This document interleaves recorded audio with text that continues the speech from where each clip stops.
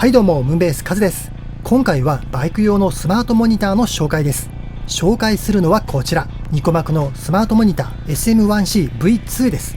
スマホのように薄くて軽い本体なんですが、5.5 インチと大きめの IPS 液晶で画面は明るく、操作も軽快。そして USB 電源が使えるんで、バイクへの設置もすごく簡単なんです。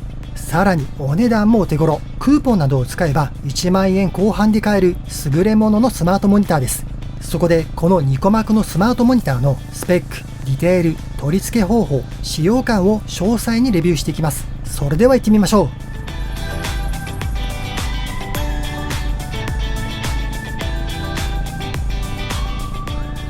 スマートモニターといえば、アキーヨのドラレコ付きスマートモニター AOI5 の登場から一気にバイク乗りの間で人気が高まってきましたね。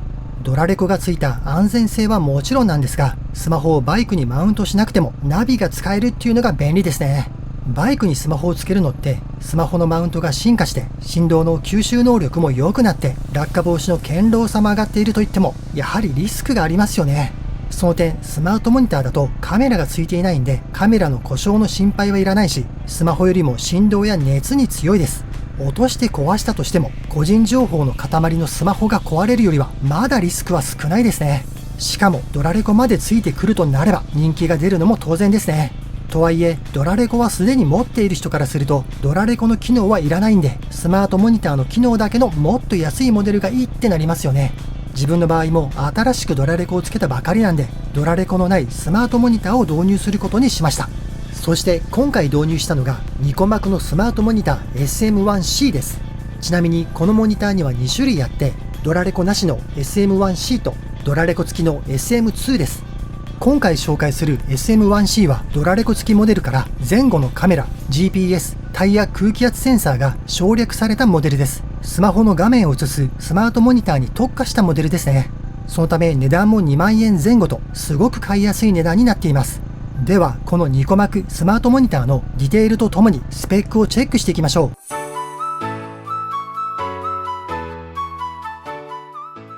こちらがパッケージです。次世代というのが期待感ありますね。では開封していきましょう。セット内容はこちらです。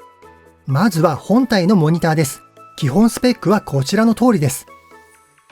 それぞれ細かく見ていきましょう。サイズは他のスマートモニターとは違って薄くて軽いですね。まるでスマホみたいです。サイズは縦 7.7 センチ、横が15センチ、厚みが 1.4 センチです。重さも 220g と軽いですね。スマホとサイズを比較してみましょう。スマホは iPhone14、Oppo Reno9A、ソニー Xperia Ace3、これらと並べてみました。それぞれのサイズはこちらの通りです。iPhone14 と同じぐらいの大きさですね。まさにスマホサイズです。厚みの比較です。厚みはスマホの2倍ぐらいありますが、それでもかなり薄いですね。モニターは 5.5 インチの IPS 液晶です。5.5 インチの大きさは実サイズで見ると 6.1 センチ ×12.2 センチです。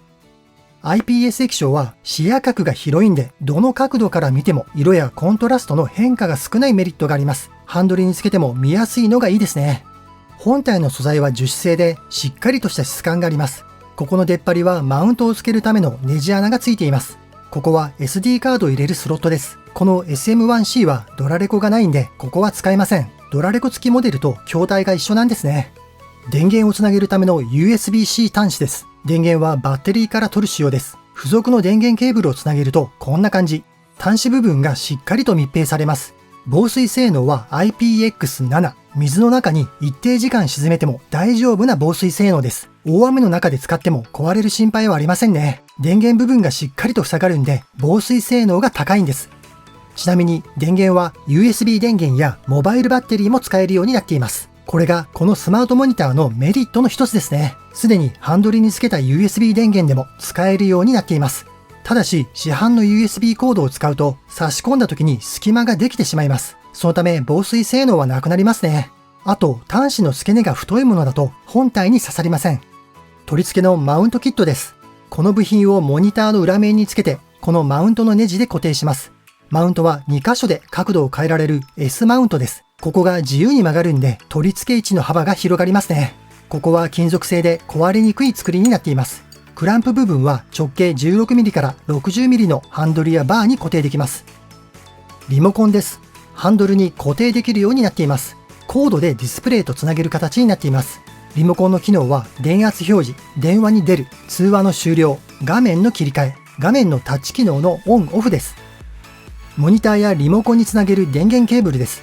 本体につなげる USB 端子部分はこのような蛇腹になっています。これを奥までしっかり差し込むことで防水性能が高まる仕組みです。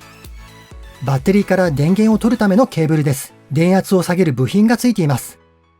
こちらは説明書ですね。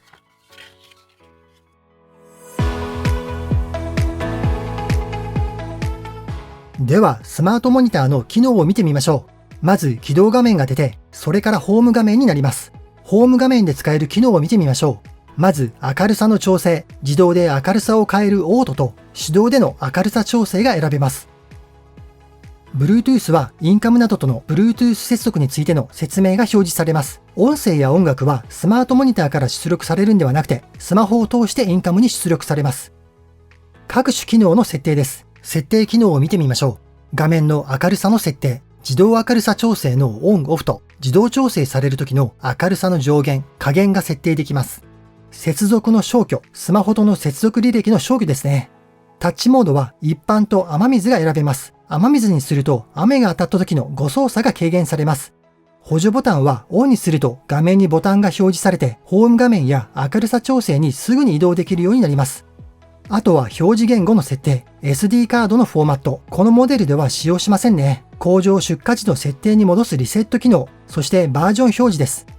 そして CarPlay、Android Auto の選択です。CarPlay や Android Auto は一度接続設定を済ますと、次回からは電源がオンになると自動で立ち上がります。立ち上がりまでの時間を計ってみましょ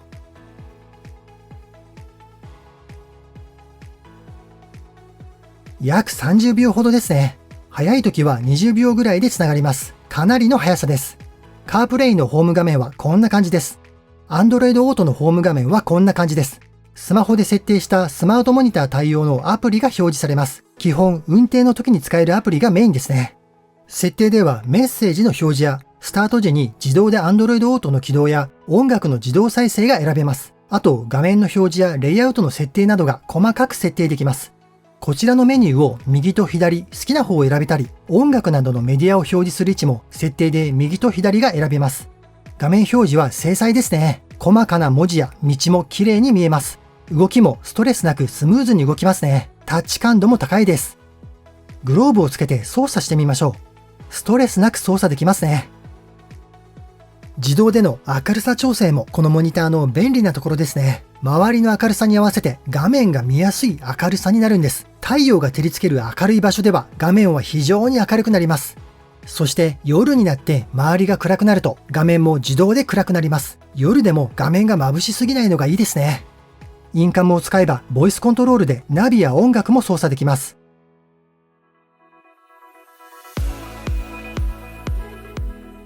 バイクへの取り付けは簡単です。クランプでハンドルなどを挟んで固定するだけです。ここの2箇所が曲がるんで画面を見やすい位置に配置できますね。ディスプレイをつけてもハンドル周りがスッキリしています。薄型なのがいいですね。バイクのかっこよさを崩しません。季節的には夏の直射日光の下を走っていないんで、熱への耐久性は検証できていませんが、耐熱温度は80度まであります。スマホより安心して使えそうですね。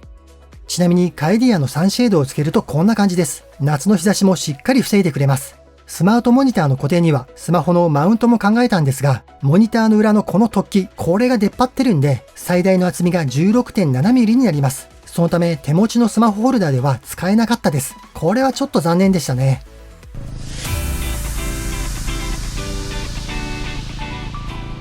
では実際に使ってみてのレビューです。まずは取り付け。基本はバッテリーと接続して使うものなんですが、ハンドルにすでについている USB 電源が使えるのがいいですね。ハンドルの USB 電源を使うなら、マウントをハンドルに固定して USB のコードをつなぐだけ、簡単に導入できます。この手軽さがいいですね。バッテリーとの接続は難しくはないですが、配線をうまくしまう手間がかかります。でも最初に配線してしまえばリモコンも使えるし、防水性も完璧になるんでおすすめです。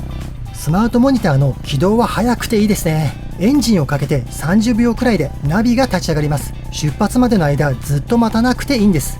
ナビの目的地はスマートモニターで設定もできますが、スマホで設定しておくこともできます。こうするとエンジンをかけて走り出すとすぐにナビが画面に表示されます。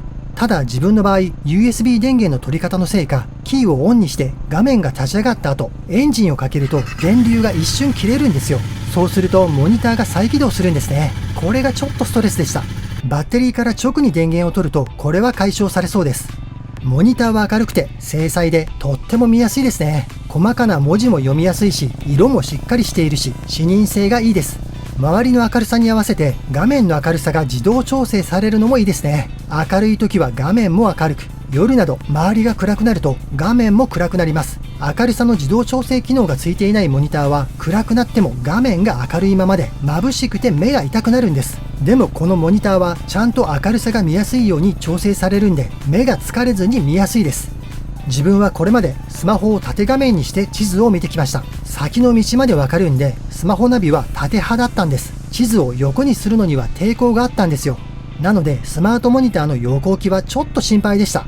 でも横画面でもナビは見やすくて分かりやすかったですね。ちゃんと先の道もわかるし、使う上で問題はなかったです。ただですね、スマホナビにある交差点で地図が自動で拡大したり縮小したりする機能、これは使えませんでした。